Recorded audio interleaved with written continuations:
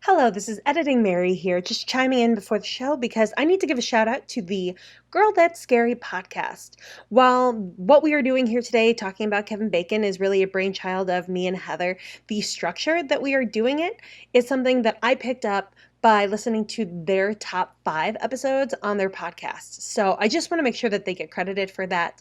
I'm sure other people do this structure too. It's just something that I learned to do from listening to them. So I want to make sure that they get the proper credit. Also, go listen to the Girl That's Scary podcast. They're fantastic. All right. Hello. Welcome to the May Queens podcast. I am Mary Graves. And I'm Heather. And we are talking about a very important subject today. I am talking about Kevin Bacon. He is a very important, underrated actor. You know, he's never actually won an Oscar. I did not know that. Yeah, I was looking some stuff up about him because, I mean, one, watching his movies in preparation for this podcast from Friday the 13th through, well, not all of his movies, just all of his horror movies, till the newest one that just came out last year, which is You Should Have Left. He's a very he's aged, but he's still in really great shape. He's even shirtless in that movie, and he's in his 60s, I think. He's a really decent shape guy. So I was like looking up what his diet was. And while he's not necessarily vegan, I know that people have seen him eat in vegan restaurants a lot with his wife, Kira Sedgwick. But then I was also looking up some other information about him, and it turns out he's never won an Oscar. And I think some places have nominated or ranked him as like the most popular actor who's never won an Oscar, or the best actor who's never won one. And watching some of these movies, I'm absolutely floored because he's just phenomenal at making me feel just like goosebumps or really sad, like especially with You Should Have Left. Yeah. But we are going to be going down. We have 9 movies, and one of them I don't consider a horror. I watched it for the first time yesterday, and I don't consider it a horror. There is some death in it, but it's more of a crime thriller. However, it's a very popular movie, and I'm allowing it on this list. And I think we'll get to that when we get to it.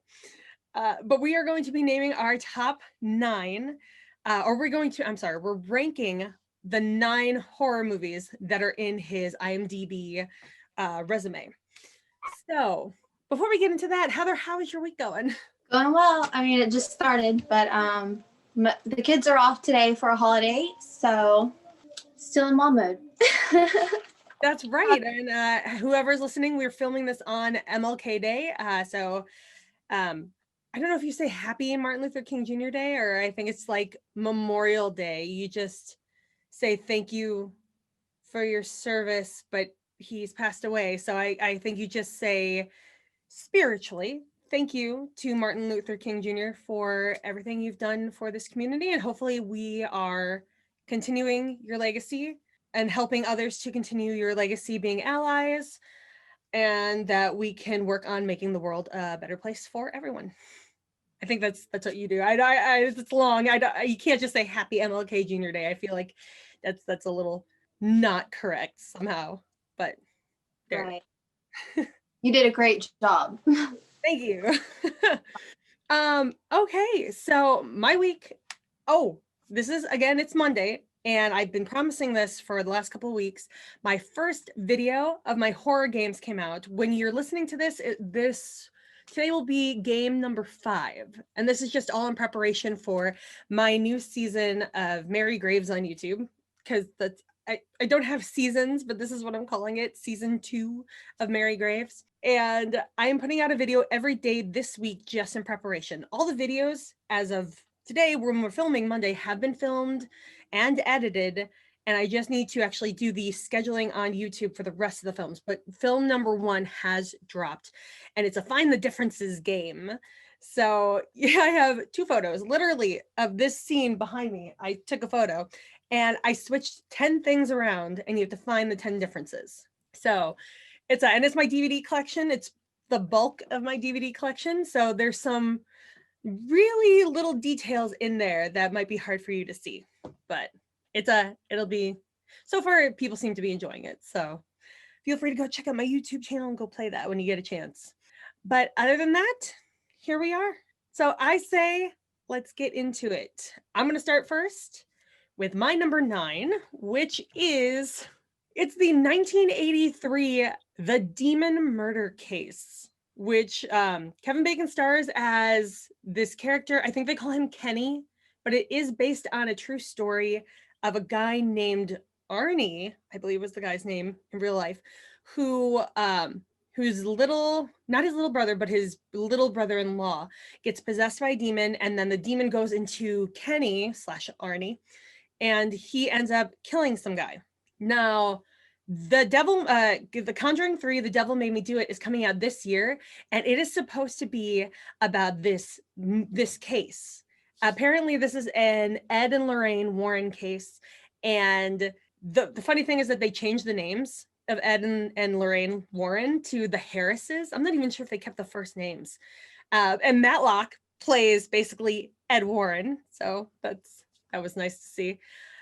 But it's a made-for-TV movie, and it is just this. I would never rewatch this. It's awful. There's only one death in it, so it's disappointing.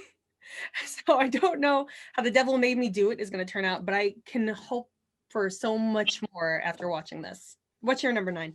Mine is also The Demon Hunter Case. Considering it was 1983? Considering it was 1983 and TV movie, like, I didn't think it was too bad, but like you said, I don't see myself rewatching it.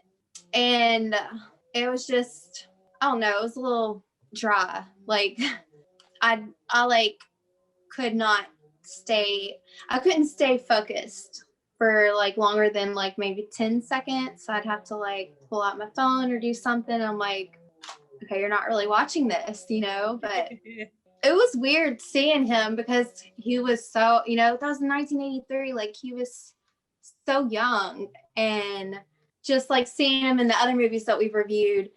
And like you said, like, he is in hella good condition. Like, I think he probably has a pescatarian diet. Like, he probably does treat himself to a little bit of meat, but like, as lean as he is. And then like one of the movies I watched, I'm like, gosh, how old was he in that? And he was like 40. And I'm like, God damn, 40 then? Like, so it's weird going back and seeing him like that. But yeah, it wasn't my favorite.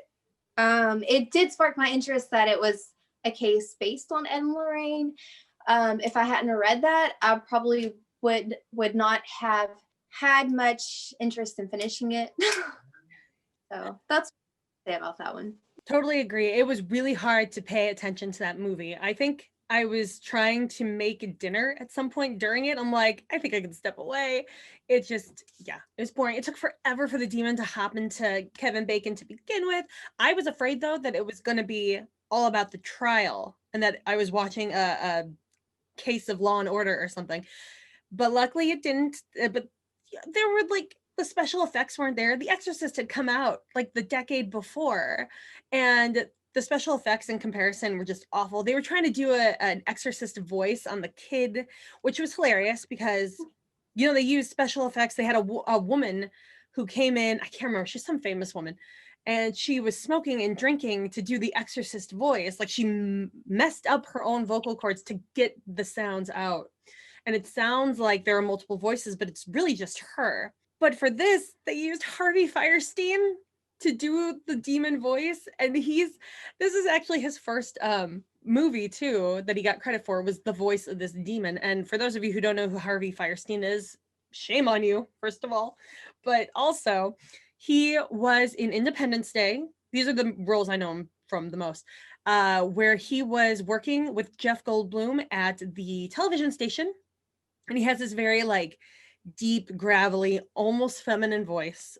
And he was the original, oh God, I can't remember the name, but John Travolta played the role in Hairspray, the movie musical, but he was the original on Broadway version of that character in Hairspray.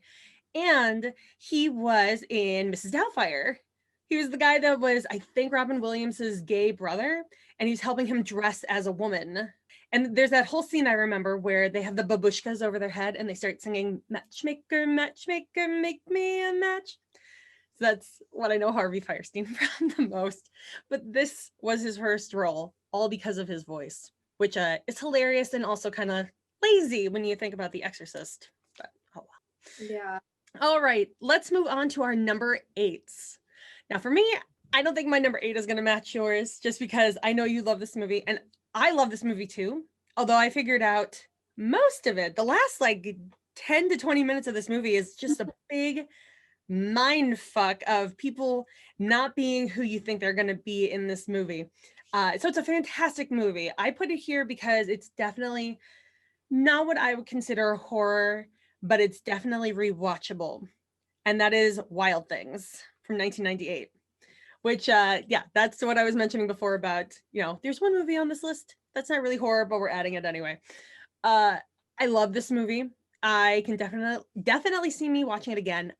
Not with a parent or a child in the room, but it was, I figured out, spoiler alerts, but I figured out that Kevin Bacon was a bad guy in this. But I did not figure out that Neve Campbell was still alive. That was shocking. I thought Denise Richards might somehow still be alive, but it was Neve Campbell the entire time. And how she got into this situation floored me. And the fact that Ruby and Walter knew, and Bill Murray was also working with her. That was awesome. Blown. My mind was blown, but not technically a horror. So I put it right over here. Sounds good. So what's your number 8? The Darkness.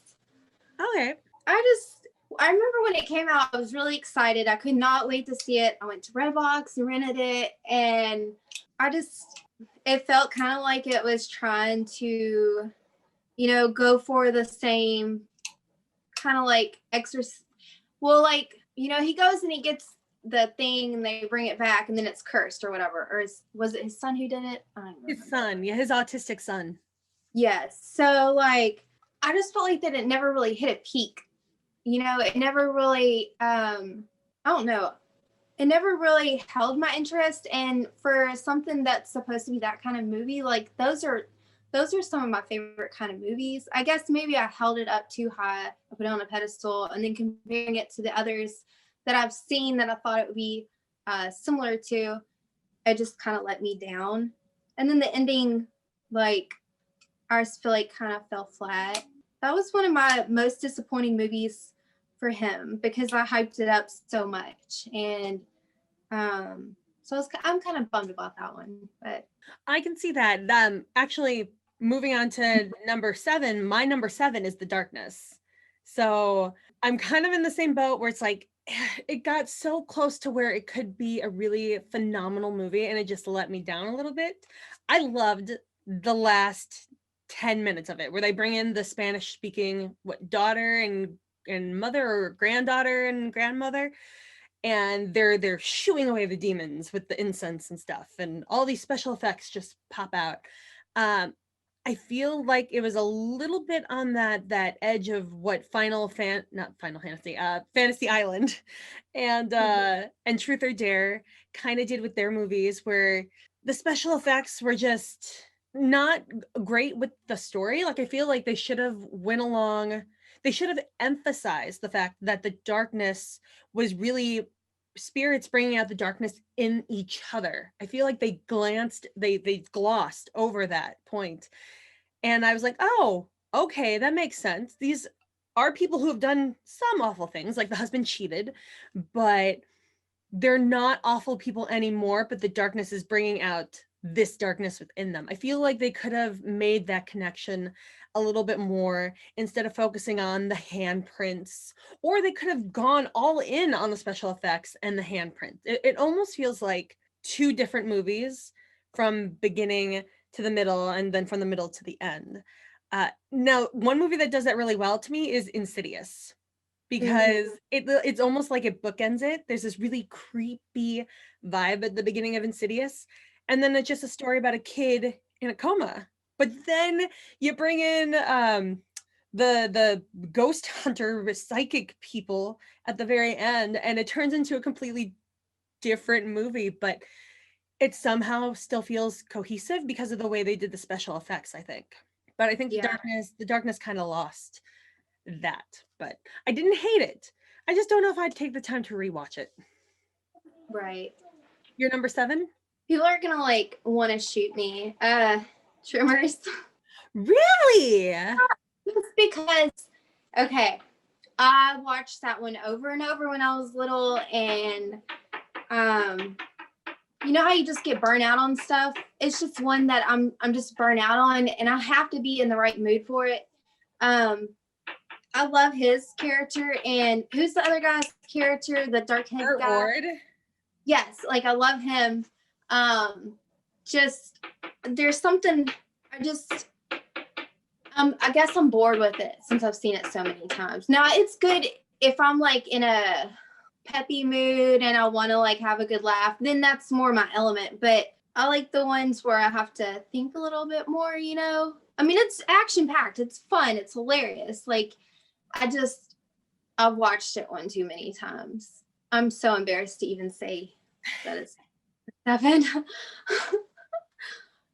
I get it. Because I definitely have movies that I've watched 1,000 times where I feel the same way. I haven't watched Tremors in a long time until this weekend. So this was like meeting an old friend again. I'm like, oh, I remember why I love you so much. If I were comparing Tremors movies, I think I like number 2 better than number 1. But it sucks that both Reba McEntire and Kevin Bacon aren't in the second one. But I love Burt Ward. I love Burt Ward? Fred Ward. Shoot, hold on. Burt is one of the characters. IMDb for the win. Damn it, it is Fred Ward. It is? Good. It's Fred Ward. Sorry. Fans, again, don't hate me. It is Fred Ward, and there's a character named Burt played by the guy from Family Matters. That's probably why I'm thinking about Burt. Fred Ward. I love Fred Ward, and I loved him in the second Tremors, which is why Tremors 2 is probably my favorite. Also, was he in the movie? I think he was in the movie Enough with Jennifer Lopez. Very briefly. He played her dad that she went to see for money when she was struggling to get away from her husband. He was the rich guy that I think he owned like a gym or something. Wow, I didn't realize that was him. Yeah, I'm almost positive that's the same guy. That's a really good movie, though. I mean, I like Enough is such a great movie. I'll put it on the schedule at some point. We need to compare Enough to Sleeping with the Enemy to The Invisible Man, because I feel like those are all in the same bubble. Yeah, I agree. Okay, so that was our number. My number 6 is, see, I don't know how people are going to feel about this because this is on the lower half, but it is kind of in the middle, and it's 2000's Hollow Man. And the reason I put it in there, and looking up the people who worked on this, I understand it a little bit more. Like the producer is the guy who produced The Craft. So there's some outrageous things in there. Douglas Wick, and the person who directed it. Now this is where it makes the most sense. Is Paul Verhoeven, who directed RoboCop. So it's got those outrageous like storyline elements. It's not just an invisible man, but there's a scientific element to it because RoboCop was a machine, and these are doctors using medical equipment to turn people and animals invisible. What I'm not a huge fan of is, maybe I'm just not a fan of seeing Kevin Bacon in this kind of a role, because I want him to be the good guy, even though he makes a really good bad guy. He's an amazing actor in this movie. So that's probably what saved it from being at the bottom of my list. But I also think there were some elements that just didn't glide well together, like Elizabeth Shue and Josh Brolin, who I forgot Josh Brolin was in this, and he's also beautiful. But there's that scene where Kevin Bacon is invisible and he goes to the window of their apartment and he sees them making out and about to do it with all the windows open and no shades drawn. And I'm like, there's a bit of unrealisticness to this that's just too unrealistic to me. I don't know why. Like, even if you're not in your apartment, I feel like you'd still have the shades drawn, especially if you're in a city like DC. I think they're in DC because they're working for the Pentagon. So I believe they are. That it just feels like you'd want your privacy no matter what in that city. The government is watching you. So I don't know. Something took me out of it. And then on top of that, you have the cruelty to animals aspect of it, which is realistic to the story, but I'm not going to love it. Like, I don't want to see Kevin Bacon taking an invisible dog and smashing it up against a cage. And I don't want to see a poor gorilla being basically having its life threatened by Kevin Bacon too. It was upsetting. The deaths in this movie are fantastic. I really debated where this movie was going to fall on my list because the horror elements in it are so good. They're so well done. But I think the horror in the movies that are above this one are just they're better. So the faults of Hollow Man did not meet up with the great horror of Hollow Man for me. So what's number 6 on your list? You Should Have Left, which I did not think it would. I figured that was going to be like number 9 or number 8. I just bought it like a few months ago because it was only like a few dollars at Second and Charles, and I was like, oh, I'll never come across this again. And I don't know what happened the first time I watched it. I thought it was something completely different. So then I watched it, like going into it, I was thinking he was a child molester in the movie. I don't know why. I guess whenever I watched the movie and I saw at the very beginning where, like, you know, he's in his, well, spoiler alert always, he's in his other form and he's like talking to his daughter, you know, then I knew it was him, but like I don't know why. I guess whenever I remembered it back, that's just what stuck in my head. And so I watched it again, and like I said, it hadn't been that long. Like it was like I watched it for the first time again, and I thought it was way better than what people give credit for it, you know. I guess people don't like the whole like flashing back and forth kind of thing, maybe because it gets confusing a little bit. I really liked it. I was good with the ending. I felt like justice was served in a non-harsh way. Like, I mean, it was harsh. It kind of reminded me of Devil's Backbone in the sense that it was like he's stuck there permanently, and it's like he's gonna be reliving that forever, you know. And in Devil's Backbone, it was like, was it Devil's Backbone or was it? Yeah, where they're just like reliving that day or that time. I love Amanda Seyfried, or however you say her name, and then. Now their relationship was a little weird, but but I thought it was pretty good. That's funny because I mean this isn't the next one on my list, so I'm not going to go into too many details on my notes yet. But their relationship, the relationship the way it was not as weird as I thought it was going to be when I heard that they were pairing them up. Somehow their chemistry just really worked on screen, and I think this is the weird part. I think that Kevin Bacon looks younger in this movie than he did in The Darkness, which came out 4 years before this movie, like 3 years before this movie. And I thought that was so weird because I looked at The Darkness and I thought, kind of looks old now, I guess. Like maybe they enhanced the wrinkles on purpose, or maybe he had work done. I don't know. You know, Botox does stuff. But I looked at him in The Darkness and I thought, wow, that would be an older guy that I could see myself falling for it. Like, I don't know, they flipped up his hair more maybe, or he embraced the grays in his hair. So he's now, instead of being a guy trying not to look old, he's full on Silver Fox, like Ash from the Evil Dead, Bruce Campbell. Like he's full on silver now in some photos. And that's like, that's a good look for you. That matches everything you got going on. Don't try to hide it. So I think The Darkness was one of his hottest looks. Or not The Darkness. I think You Should Have Left. It was one of his hottest looks. So, but I'll get more into that when it falls on my list because I have it a little bit higher than that. So that was our 6s, I believe. Let's see. So now let's talk about our number 5s. My number 5 is the 1980s Friday the 13th, the movie that gave us Kevin Bacon. I know that's probably going to be a shocker because it's not top 3. It's not technically the first half of the list. It's like right before the first half of the list. But it's a classic movie. And I love the Friday the 13th series. I did a whole video of Freddy versus Jason versus Halloween. And I came out on the side of Friday the 13th as a whole movie series. But if he was in like Part 6, which is my favorite of all the Friday the 13th movies. This would probably be the number one movie on my list, but it's not. It's Part 1, which is like my fourth favorite of all the Friday the 13th movies. It's a great whodunit movie, and it's got a great jump scare, and it's so classic that basically everybody tried to copy it. Although they copied Halloween, but they like copied it and improved upon it somehow, or copied it and turned it into something completely different. So it gets a huge credit for being the movie that it is. But in comparison to other Kevin Bacon movies, I just couldn't put it any higher in terms of Kevin Bacon horror. It's a great horror, but also they kill a snake in it like in real life. The snake that they kill in that movie, they killed in real life. I think once I found that out about that movie, I mean, I don't hate the actors and actresses that were in it. I'm not even sure how it happened.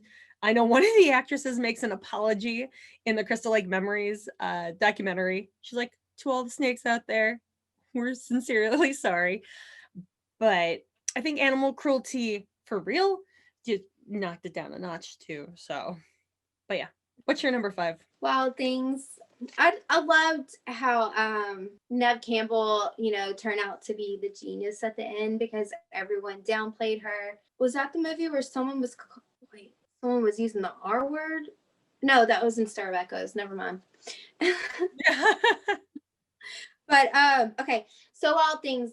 I don't know. I just like the cast, and I feel like every time I've watched it back, I'm not disappointed. I thought that would be on the closer to 7 or something for me, just because like you said, it's not really horror, but I mean, for something to rewatch, I see myself watching it before the others that I've previously listed. It just, the whole storyline's insane. It's has so many twists and turns, and some people probably think it's not completely opposite of me, but I just really liked it. And like you said, you just feel like Denise is going to come back out at some point, and she doesn't, but I just loved it. And maybe it was because, I don't know, I guess all the hype around it when it came out, and it's not a role that you're used to seeing Nev Campbell play in, so I don't know if that had a lot to do with why. I know we're focusing on Kevin Bacon, but we're focusing on the movies themselves, really. But I kind of wish she would have ended up with Kevin Bacon at the end. I don't know why, but just to really throw everyone off, But that's not how it ended. You know what? What made me realize that Kevin Bacon was a bad guy was his haircut. It's like this matted down, definitely police PD type of haircut where it's just that guy looks like a dork, but he doesn't just look like a dork. He looks like a dork who might also for some reason like Nazis. It's a creepy haircut for him. It's he's so good in that role, being a bad guy, being a bad cop, but I really hate him. And you see him putting Nev Campbell's character against a wall and choking her, and there was something there that I knew I wanted to see her take him down, and to see that she was the one orchestrating it basically from the beginning. That was amazing. And you know what? I love her hair in that movie. Not the blonde in the end, but the red and the black. Gorgeous. So. I like it. And like you said, the only reason why I wanted her and Kevin Bacon to be together at the end was just because it would be total mind blown. Yeah, because I mean, which a lot of it you never saw coming, but the fact that she made it at the end, and it was her it had a great ending to me. It did. It really did. And the whole all the little details. I love how they go back in the credits. I tried to do video editing while watching this at 4:00 at night. This was the last movie I watched. And I tried to be productive at the same time. I just got so pulled into the movie. If it weren't for the fact that I don't consider it it's not a horror, and the demon murder case was just bad in comparison. So that's the only reason why that movie is at the very end of this list. And this one is just right above it because it is such a great movie. If I were doing my top 10 Kevin Bacon movies instead of the Kevin Bacon horrors, this would be, it would at least be top 10, if not top like 6. So it's just that great. I have to rethink all the Kevin Bacon movies I've seen to know if it would be top 5 or top 3, but definitely within that top 10 range. Okay, so let's talk about our number 4s. We're getting down to the nitty gritty now. Number 4 is where I have put You Should Have Left. And the reason I put it here is because it, one, was better than I expected it to be. I watched it for the first time yesterday, actually, before filming this. And I had heard all the critiques of it. I heard people hating on this movie so much. And the previews looked so promising to it that I was shocked that people weren't enjoying it. It's from the same writer who did, and I think director, who did Stir of Echoes. And we'll get to that one soon. And I had high hopes for this movie, but I was weirded out by Kevin Bacon and Amanda, I think Seyfried. I'm not sure if that's how it's pronounced, but I think it's Seyfried. Their relationship and the fact that they have a kid together. And I'm like, who am I to judge? I like Stephen Lang from Don't Breathe, but I'm me and I don't consider myself normal. So I was kind of weirded out by the idea of them being together. But then I see how they played out the relationship where she's a movie starlet and he is just this rich guy, but he has this dark past where his wife has died and you're not sure if he killed her or not. And then you have this mysterious house and there's this whole time loop thing, but there's also all these dreams and nightmares brought in. I was afraid with Blumhouse being behind this movie that sometimes they're not great at bringing in the fun in their movies. Although I think The Craft Legacy showed that they can have a lot of fun with their movies. So hopefully they continue to prove people wrong. But I was afraid it was going to be too serious and not, Stir of Echoes has a lot of comedy in that movie. And that's what I would be expecting from this movie. And I got it. I think there was a lot of good comedy points and then a lot of like, no way. Like when you discover she's got a second phone that he never knew about. And then on top of that, and this is definitely the guy who wrote and directed Stir of Echoes is David Kopp. This is definitely something I think he is good at, is getting a child actor who just steals the screen in the perfect way that shares it with the main cast. And the girl they cast in this movie, she gave me goosebumps. She made me tear up. She was just the perfect little actor against Kevin Bacon. And I really felt that father-daughter relationship. As a person who lives with their dad, has a father-daughter relationship, I really identify with that kind of thing in a movie. And I thought this did it really well. And the only reason why it's not top 3 is because the ending was too obvious.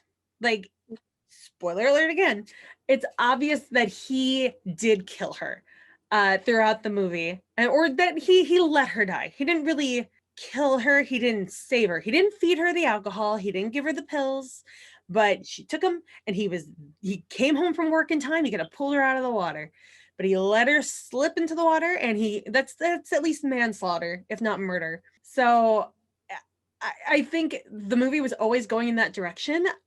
If I, like with The Craft Legacy, I would have loved to have seen some sort of weird twist to the movie. Like Amanda Seyfried turns out to be this horrible person because she's been cheating on her husband the entire time and having a whole second phone. And she's basically gaslighting him, which is why I like Kevin Bacon's character in this, because I feel like he's somehow paying his dues because he didn't murder his wife. If it were that he drowned her, he dunked her head in or whatever, I'd be a little more angry with this character. But he let his wife make her mistakes. She should have known better. Oh God, that sounds awful. You never should blame the victim. But I think in this case, I have a drink in a bathtub. I'm not gonna mix it with pills because I know better. That's something where another person is not technically involved. I think you could be your own blame for that. But he has this horrible relationship with this woman. He's trying to work on himself through meditation and the journaling that you see throughout the movie. I feel like his character could have made amends without completely giving up the rest of his life in that hell house and losing his daughter, who's like the thing that makes him a better person too. It's like the punishment doesn't fit the crime to me. What I would have loved to have seen is that Amanda Seyfried's character, who turns out to be awful, she's a good mom, I guess, but she's basically an awful person. If she would have been somehow involved in the wife's death this entire time, I would have loved to have seen that.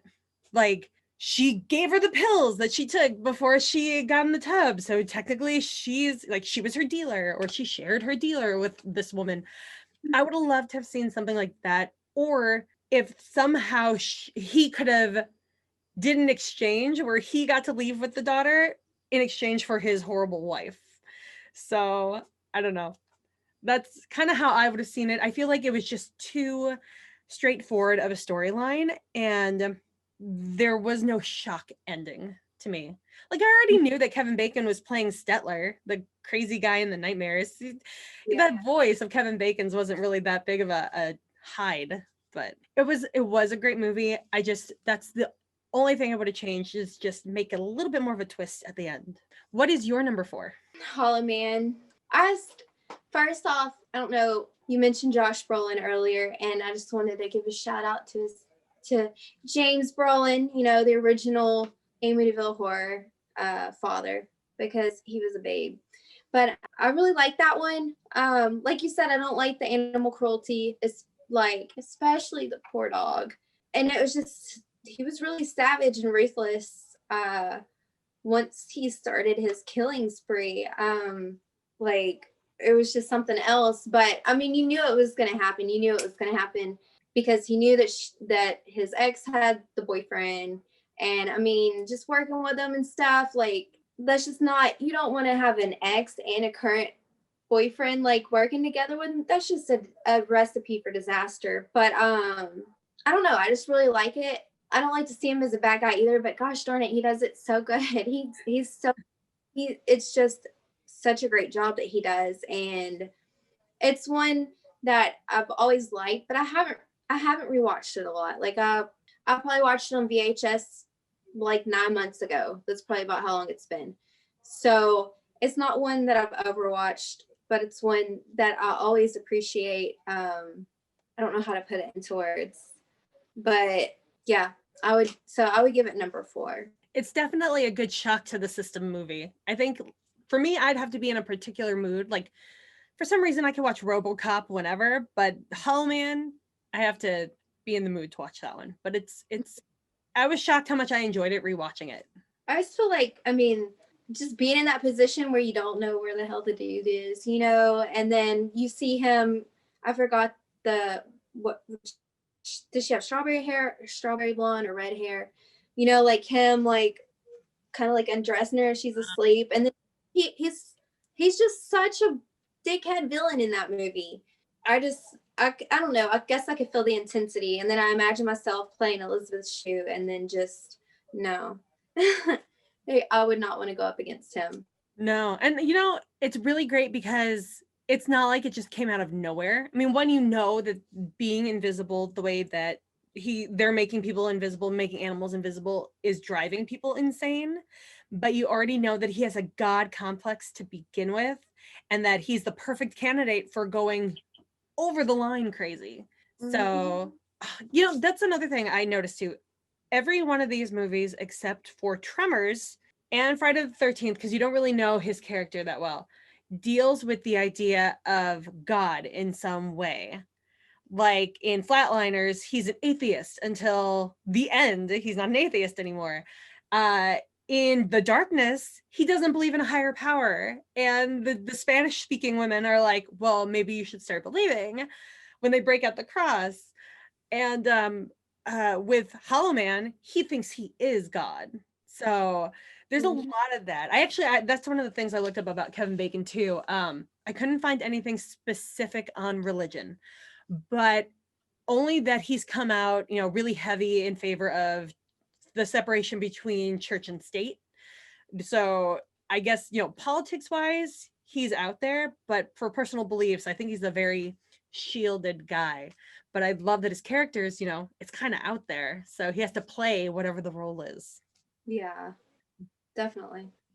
Okay, so we are on to our top 3. And turns out my third is Flatliners. So I might as well just segue right into that. I only watched this twice in my entire life. My mom actually owned it on DVD, so I watched it the first time she brought it home, and I really liked it. I was surprised they made a remake. I haven't watched the remake yet, and I don't know if I probably will. Now that I've rewatched the original, I'd like to compare the two. But I think the original got some crap too when it came out, or for a while, and I don't know why. I thought it was a great story, people playing with death, and there's a spiritual aspect to it, but I feel like you could either think of it as a spirituality, they're talking about whether heaven exists or not, or it's brain damage that they're all going through, but the brain damage is like uncovering things they've repressed. Like it's opening up things that they purposefully forgot because it made them a horrible person and they couldn't live with that. So their brains pocketed it away, and this almost dying broke down whatever barriers they had set up on accident to release these horrors back into their life in the form of hallucinations. So you can either come at it from the scientific point of view or from the spiritual point of view, that these are the ghosts of the past coming to get them. But only 2 of the ghosts were actually dead people memories. So I don't know if that fits for all of them. Like for Kevin Bacon's character, his amends was a live person still who had a family, which by the way, they live in a fantastic house and I want that porch. But They did live in a great house. yeah, it's like one of those really big Southern charm houses with this beautiful rounded porch. But yeah, and that greenhouse too. yes, I was surprised when they walked into a greenhouse. I'm like, where are they even putting, like, how big is this land? But yeah, gorgeous, absolutely gorgeous. But I loved that this movie is just a huge cast of very big in the 90s, but also big today actors, except for Billy Baldwin. Billy Baldwin, I think they call him William Baldwin, but some people call him Billy. Yeah, I call him Billy. No, I'm joking. But yeah, he was big. Like I think this movie might have came out as he was going into his heyday, because I think Sliver came out either the same year or the year after that. But that's the movie I know him the most from, with Sharon Stone. Probably watched that a little too young when I watched that. My mom had it on VHS. But he was fantastic. I mean, his character is basically the same guy as in Sliver, where he's secretly filming people having sex. Except instead of entire TV screens and a secret room, he's just got a little camera put up in a corner. And it's only him having sex with people that he's filming. But his character was on point. Kiefer Sutherland, pretty sure this was post Lost Boys at this point, because that was the 80s. And Flatliners was 1990. He was amazing. I thought he was going to be more of a hero character, and he ended up being kind of the bad guy of the group who had the most amends to make up for. And Kevin Bacon ended up being like, oh well, Kevin Bacon shared being the hero with Julia Roberts. I love that. I love that they got those two together, because I really thought she was going to end up with Kiefer when I first watched this. And then Kevin Bacon is on record saying that this character he was not interested in playing, and Joel Schumacher got him to see it in a different direction, and he ended up owning this part so very well. His character was so great. Although I do have one question. Why is he trying to escape medical school by tossing a bag out of a window? Why doesn't he just leave medical school? Like, you can just walk out the door. They're not going to stop you. It's not a prison. I thought that was a hilarious moment that I just didn't understand why. But I thought the cast of characters was great. The acting was fantastic. It's got this really gothic charm to it. And I find myself really leaning towards gothic movies. Like the sixth Friday the 13th and the third Nightmare on Elm Street. They're all very dark. There's always a cemetery scene, Gothic statues. God, the opening to Flatliners is all those statues surrounding the hospital area. And you see the title of Flatliners at like the scariest freaking statue that's there, that's got like two arms in the air. It creeps me out from the beginning. And I just love that. And then on top of that, I know this, okay, because I told you, I texted you when I noticed this, that I felt like I was watching The Craft, but it was medical instead of witches. Because in the movie, they take the time to show you what every single character is doing individually, not just when they come together to do the bringing people back from the dead thing. So you get a really good sense of who each character is. And that's what they do in The Craft, is you follow the four different girls and you get to see their lifestyles before they really merge together. And it turns out that the guy who wrote Flatliners also wrote The Craft 4 years later. So I thought that's fantastic. I love when you can take a creator and you can see their personality in the things that they write. And I think Peter Filardi is just a guy, and I don't know all of his work, but I know these two at least, that is really good at individualism, adding to a team element instead of it just being all about the team. So what is your third? Number 3 for me is Friday the 13th. You know, it's a great fun movie. It's just so, I love Friday the 13th, you know, but Friday the 13th isn't my favorite of this series. So I'm kind of like you. Now, if it would have been Friday the 13th too that he was in, it probably would have been my number one. I know it's the start of Friday the 13th, but there's it's not Jason yet until like the very end. Where you see young Jason.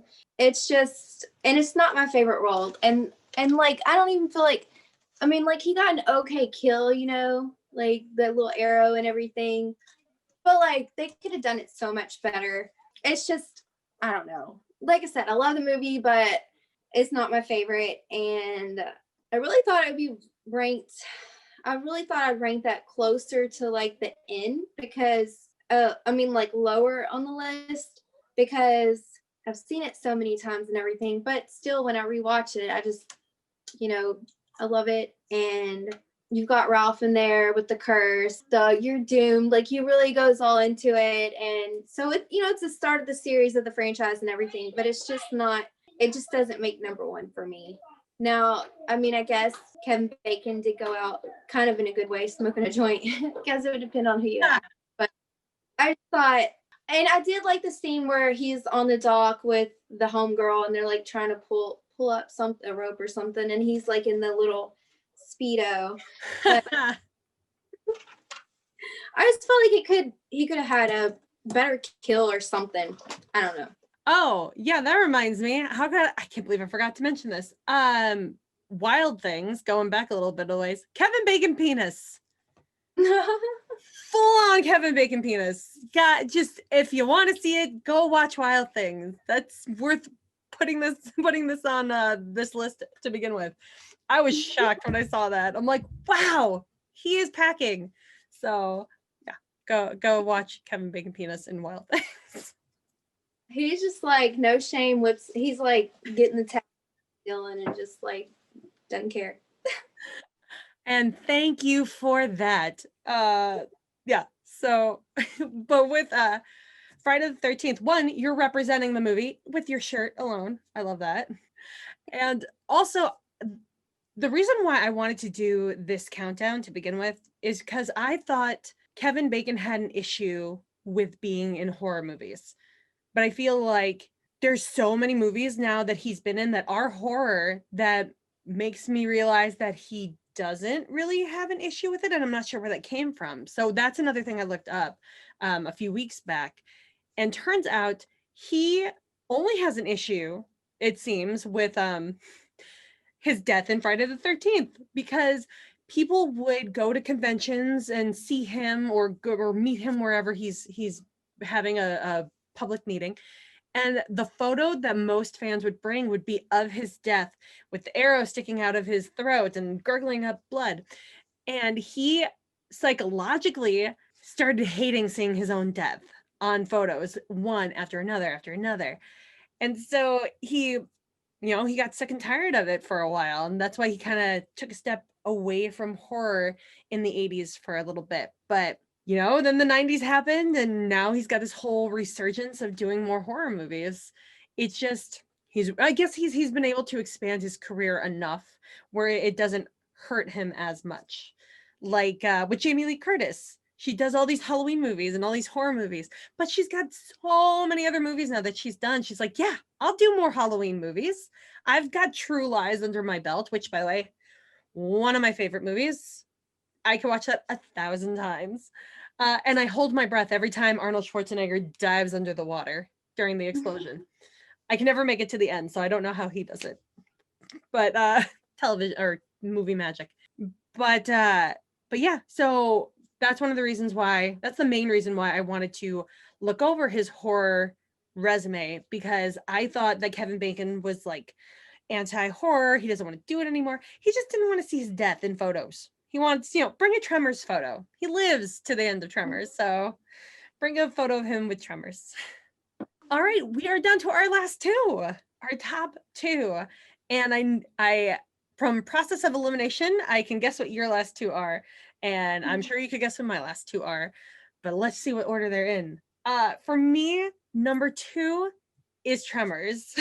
Mm-hmm. And I think that Tremors, well, for me, I hadn't watched it in a long time. So I don't watch it like all the time. And now that my VHS is completely destroyed, if you've been looking at my Instagram or the May Queen's Instagram, you know this. I'll have to find it on DVD or Blu-ray, or hopefully it's streaming somewhere.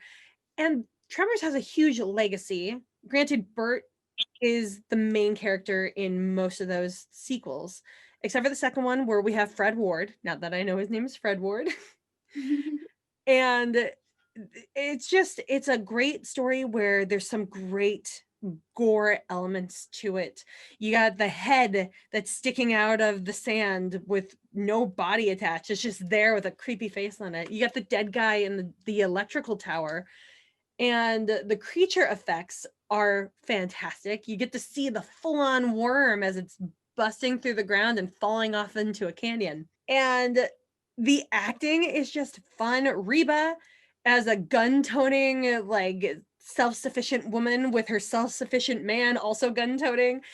It's like, it's that's the good guys with a gun that you're actually looking for, I think, in their characters. They do it right. And then you got the kid, that jackass kid from the Wonder Years is in there, and you're hoping he's gonna get eaten. He doesn't, but you're hoping for it. And then on top of that, with the gore and the little bit of horror, you got a ton of comedy. And I think Kevin Bacon is fantastic at comedy. I would like to see him do more. I don't know if I've seen him in a lot of comedies. I know he was in Animal House, which I haven't watched, actually. I tried watching it with my sorority sisters when I was in a sorority, and I couldn't. But that's because I was with them and I didn't like most of them. So, oops. But I like seeing him doing the comedy against Fred Ward's comedy. They're different characters. They just really went well together.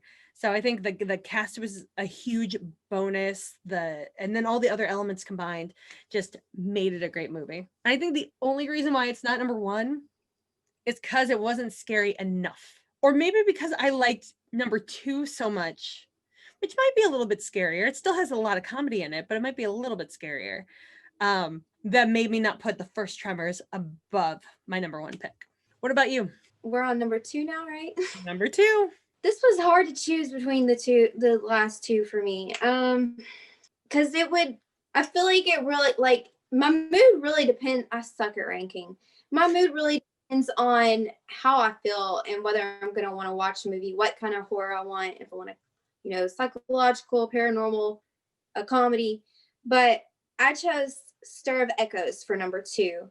To me, it's definitely, I don't know why I didn't pick it as one, because it has like pretty much every element that I love about a horror movie. And I love how that's an Arquette sister playing in it, right?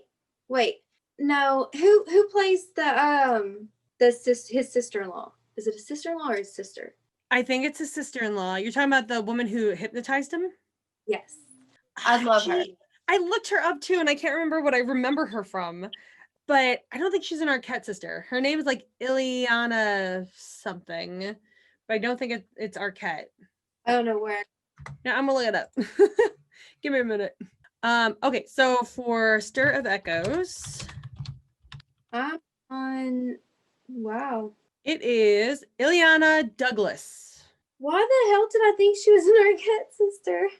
Is there any Arquette? I'm not seeing Arquette in the list. I don't know. I guess she kind of looks like an Arquette, kind of bone structure wise. But she was in. See, I haven't seen most of the movies she was in. Like she was in To Die For, The New Guy, Ghost World, which I should have watched. Ghost World. I know. Don't hate me. It's one of those movies that I delay watching, but I know I should have watched it. But she was in a lot of the like 90s, early 2000s. I think she was really big. Mm-hmm. But I loved, how she's witchy. She can hypnotize. She believes in everything. I feel like if it weren't for her, like how could he have, I think it would have crumbled between he and his wife, like, or between him and his wife, because of just like getting her on the same page with the beliefs and everything.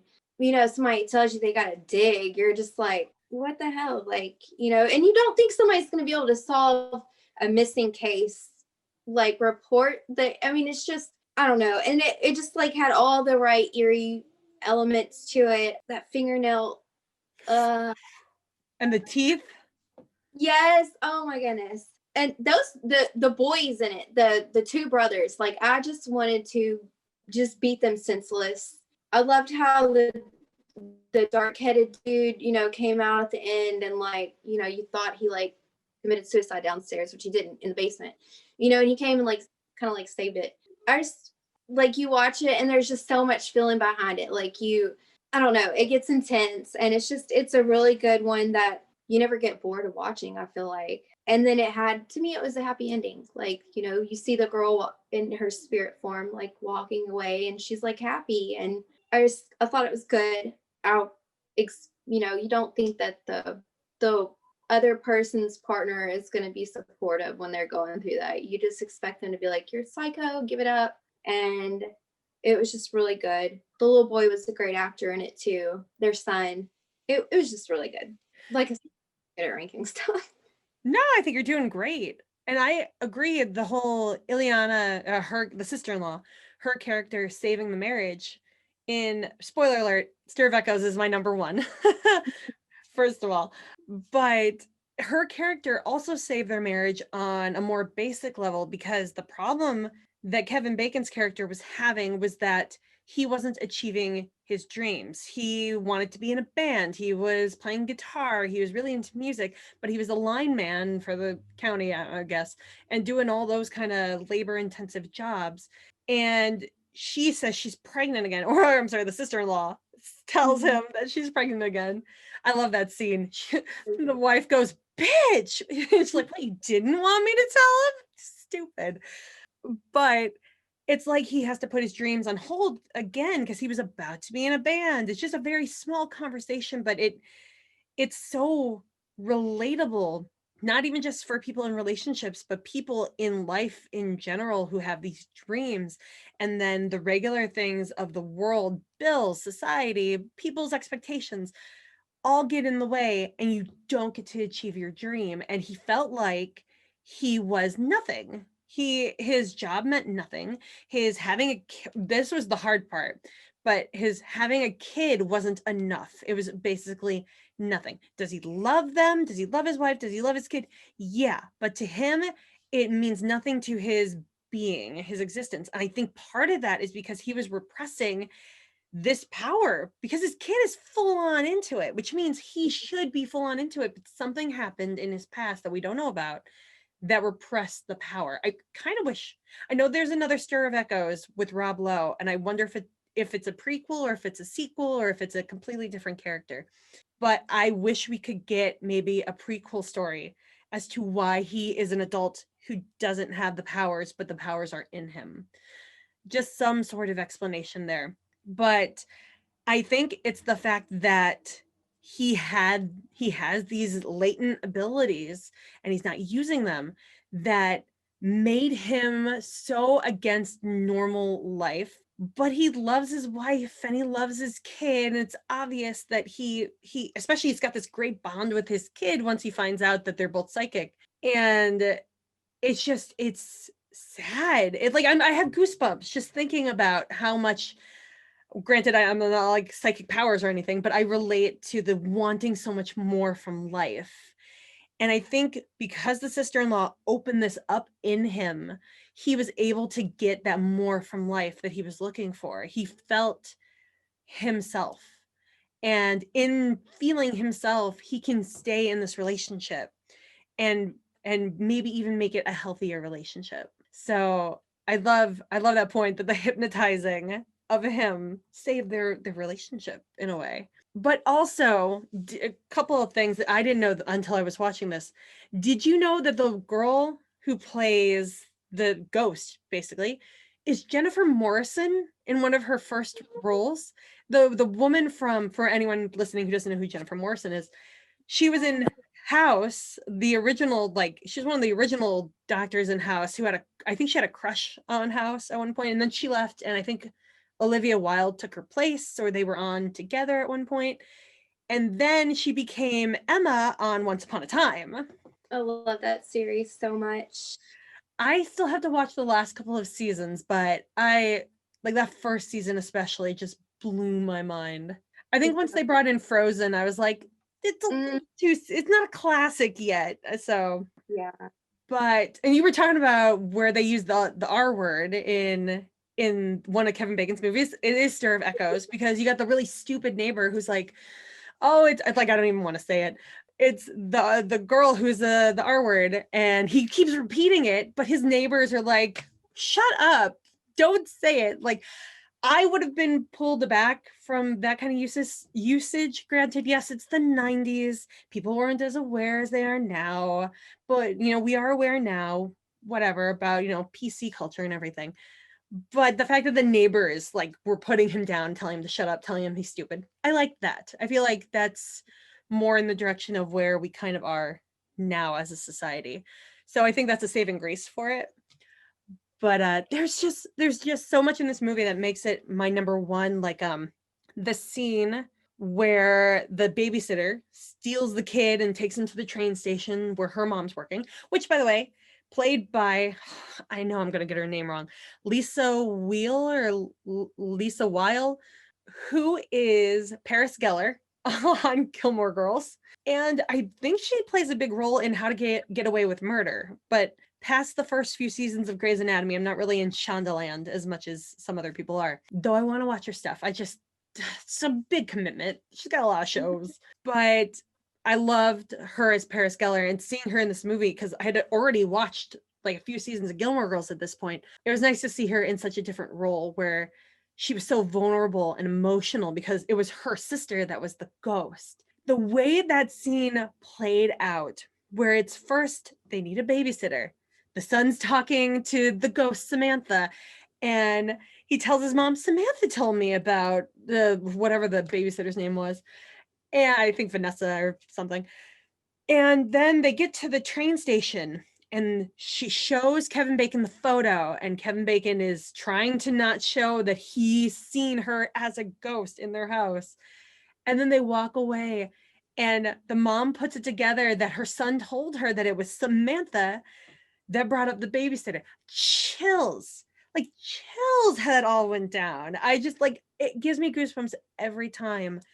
And then just the way that she died, and the Paint It Black song on the radio being a thing throughout the entire movie.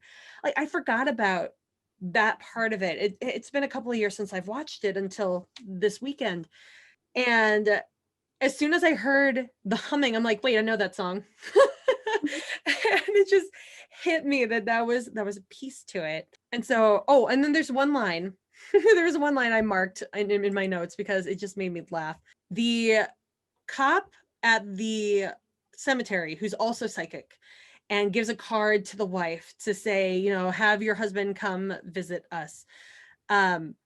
He specifically says, tell daddy to come see me later tonight. And I thought, wow, if we weren't talking about psychics, that's like the gayest thing he could say. It made me laugh because all I could think of was B-movie Betty and Daddy Saturday. I think it was Saturday that I was watching this too.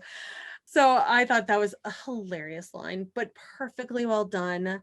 Kind of creepy, but in a like knowing kind of way, like the psychic from Poltergeist, like this house is clean type of speak. It's just fantastic for me from beginning to end. So I love it. I recommend it to a ton of people. Like if I don't think it's still a well-known movie. I think if we're, you know, you're part of the horror community like we are, this is a movie you probably know. But I think people who are casually into horror or just getting into horror, this is a movie I would recommend because it's just one I would watch over and over again. I think I got the DVD in college and I watched it a ton throughout college. So yeah, this is my number one for sure. So that makes your number one. Flatliners. I did want to say real quick on Stir of Echoes. I felt like he just had to keep putting himself on the back burner because of his dreams, like you said, and that he had kind of just lost his sense of purpose, and that in, having these powers unlocked that he didn't even, I guess he didn't even realize he had them before or what. And then, like you said, connecting with the sun and everything, and then finding the remains of the girl. What was her name? Samantha? Yeah. Sorry. Then, it gave him that sense of purpose. And then I feel like he felt like he achieved what he was meant to do so that he could go on to be the father and husband that he needed to be. So I really loved that ending. Now back to Flatliners. It was hard for me to go back and forth between those two because Stir of Echoes is definitely, I don't know, they're both eerie. It depends on how you look at it. Stir of Echoes to me is a little more like, I guess, scary. I don't know.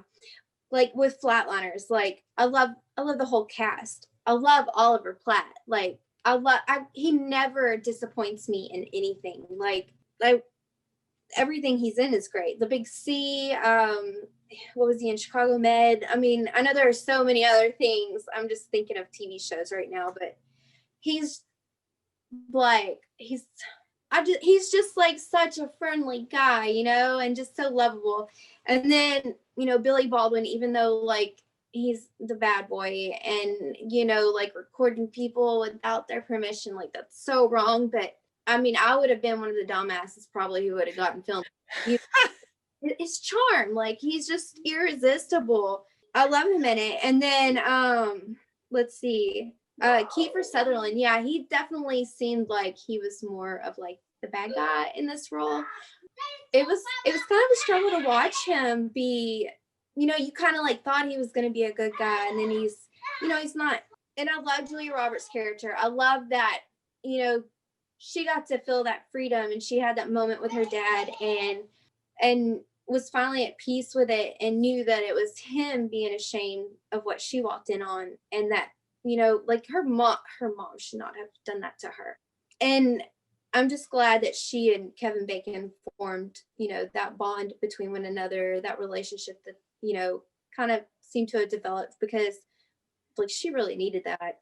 And he's just like, he was such a great character. I mean, he's the one who first thought to make amends. And, he's still like, while watching out, he could have been selfish. He could have been like, told Sutherland, like, no, I have to go make peace, like go take care of yourself. But he brought him along with him, and they just all really kind of like took care of each other at the end. And I don't know, I just love it. I love the between the life and death thing. As someone who's had like near death experience, like I'm not a scientist, so I don't know if like you said, if it's from brain damage or if it's just really like unlocking something in your mind because you have it, experienced that like almost, death or near death. And you just like, you start to see things that you hadn't seen before. it just, I don't know, I feel like it unlocks a different world for everyone. Are I you don't know. saying that you saw? Did you like? I don't want to get too personal if it's hard for you to talk about, but if you can talk about it, are you saying that you, when you had your near death experience, that you saw something or that you saw stuff afterwards? Like kind of like saw my, I don't know if I'd say life flash before my eyes. It was like just bright, but I was almost strangled to death. And like I mean, I had bruise and like from fighting off like the offender and everything, and then like just the amount of bruising from the strangulation process, like, and then afterward, like I feel like I've just been more prone to like hearing things. Like I thought like when we had I thought when I moved into like my first house, as a mom, that maybe like just the house was haunted because like I would always like hear random things, and people are gonna think I'm a nut job, but seriously, like I feel like, and then I moved to Bird City, the previous house I lived in, and then there was like stuff going on there. Um, like I've had eerie dreams with like someone like leaning on me. Like once was like someone kissing, they like kissed my cheek, and then I woke up and it felt like someone was really there.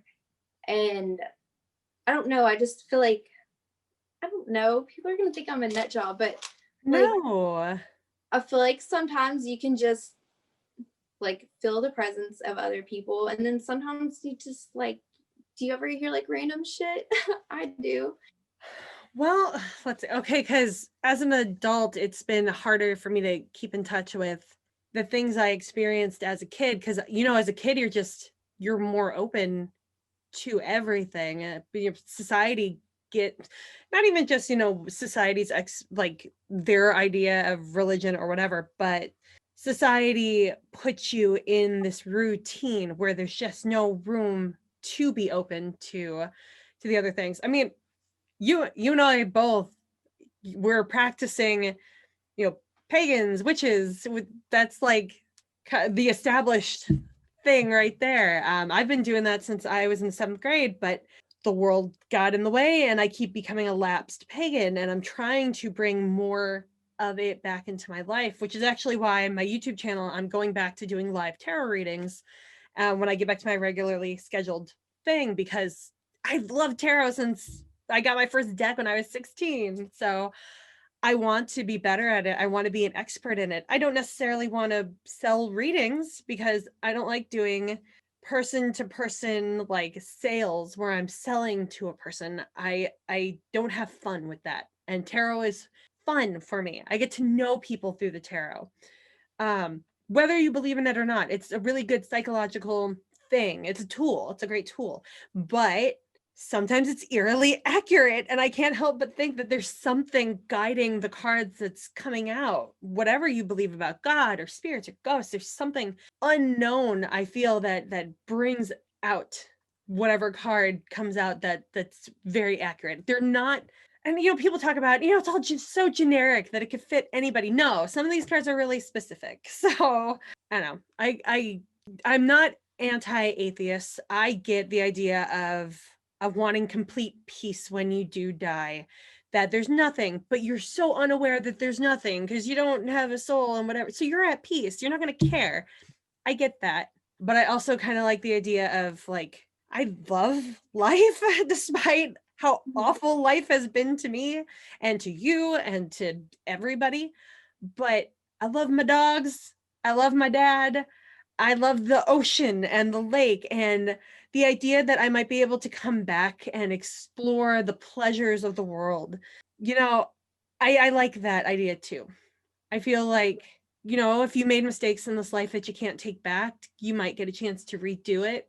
I like that. But as a kid, in terms of seeing stuff, like dreams, like even now, my dreams can sometimes be weird, but if I'm not sleeping, then I don't have the dreams. But like the last few weeks, I've had a couple of dreams that involved eyeballs. I remember talking about one on Instagram where somebody was trying to steal my eyeball and they did damage to it, but I still had my eyeball. It was okay. That was weird. That was like a guy who was mugging people for their eyeballs. And then I had a dream a week ago where there's something wrong with my eye, and I looked in a mirror and my eye had moved up here, and here was an empty space. It was like my eyelid with nothing in it. And it freaked the shit out of me. And I don't know why I'm having these dreams, but I read, because of course I Google everything, that eye dreams have to do with, I want to say, life purpose. Like if somebody stealing your eye or doing damage to your eye, they're trying to take you away from your purpose. You have the third eye where you see everything. It's like if your eye is being damaged or hurt, somebody or something, or even yourself, is trying to cloud your vision of what you're supposed to be doing with your life. And I gotta say, getting heavier into doing this, doing the podcast, doing the videos, everything, I feel like I'm getting closer to my life's purpose, but I do feel some pushback from the world, maybe people that I actually know, that would rather I get a job in an office and get back to, regular life. And I'm like, I could make a living out of this, and I'm having fun, and it's something I actually enjoy doing.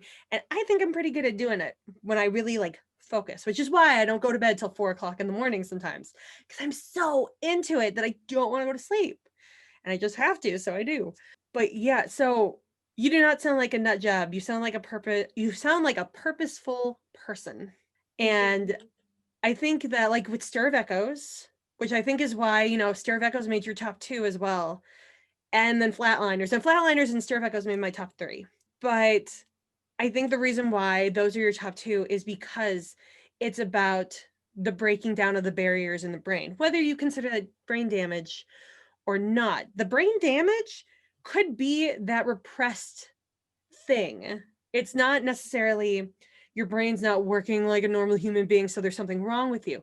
It's that you did some psychological damage to yourself early on, probably because of something that happened to you as a child. Like with you, it's with your situation that you went through. There was a trauma there, and it opened up something else that was closed as you were growing up. That's what happened in Stir of Echoes.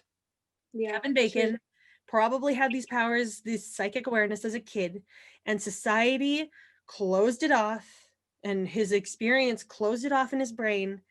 And this trauma he went through with his being hypnotized opened it back up for him. And so he was able to be super self-aware, like a flashlight. His flashlight was turned on, and you never know if it's going to be turned off again.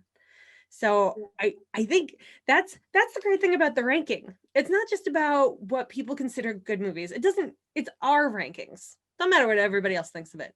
Although if you have an opinion, please comment on our YouTube channel down below. But it's about how we relate to movies. Like that's how movie watching goes. You're gonna have a really crappy movie to one person who's it's somebody else's favorite movie. And for us, it's how we relate to the movies that makes it so great. I put You Should Have Left higher on my list because there's a father-daughter relationship in it that's really great. And I have a pretty great relationship with my dad. I think it's a very important relationship. So I put it higher because I relate to that. So you don't sound like a nut job. You sound exactly like you should sound.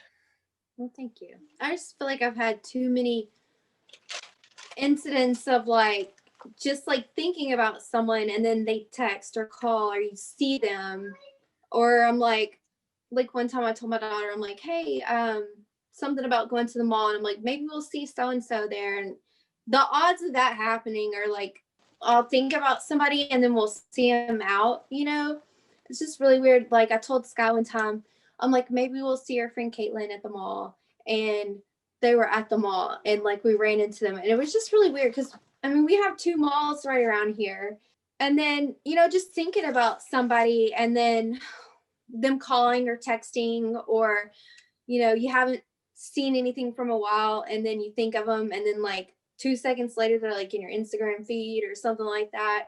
I don't know, maybe I look too into it, but maybe I looked too much into it, but there's just like a lot of odd coincidences. No, I've definitely had those experiences as well. It's freaky when it happens, definitely. Mm-hmm. All right. Well, we have made it through our list. Again, comment down below, like if you rank the movies differently. These are the 9 that we're going for. You feel free to comment about Wild Things, horror or not, whatever. But we want to hear your opinion, so please let us know. What is coming up this week for you, Heather? I don't even know. What's today's date? Yeah, the 18th. Inauguration is on Wednesday. I think I have to reschedule with these 2 authors that I'm doing one for, like, I think the next day or something. I've got a few things coming up. I don't really know. I haven't looked at my calendar since I've been on this movie spree the last few days. I don't even know, to be honest. My brain's everywhere today. I like can't concentrate to save my life. It's okay. I'm just trying to get it on the schedule myself.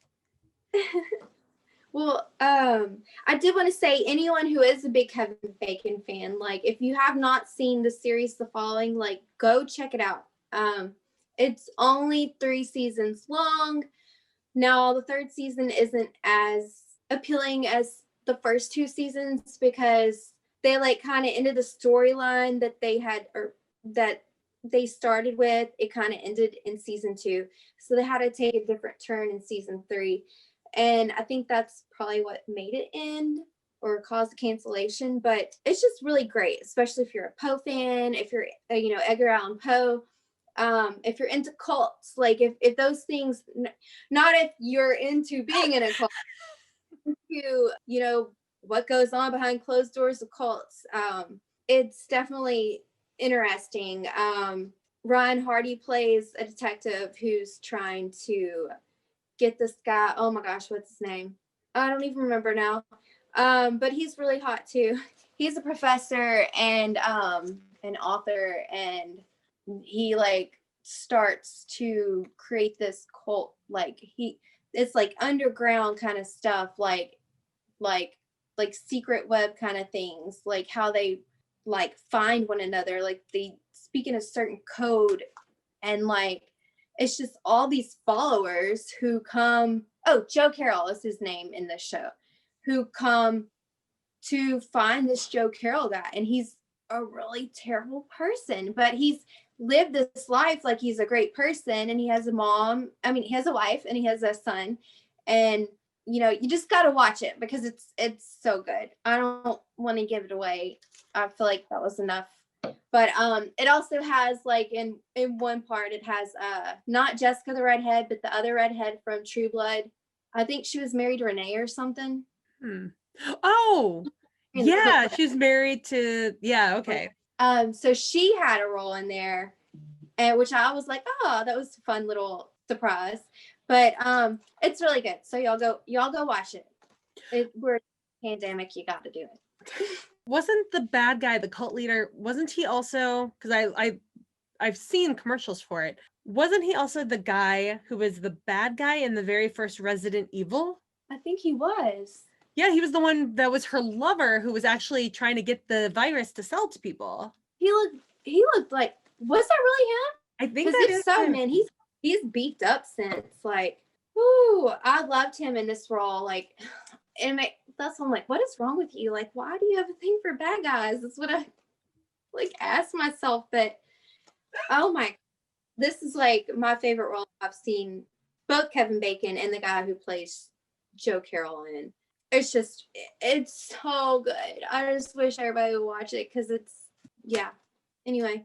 Well, that's what makes a great cult leader too. It's not just that they're charismatic, but there's something attractive about them and you just can't put your finger on it. Like, ugh. And I'm definitely not attracted to this guy, but have you seen the Nexium cult documentaries?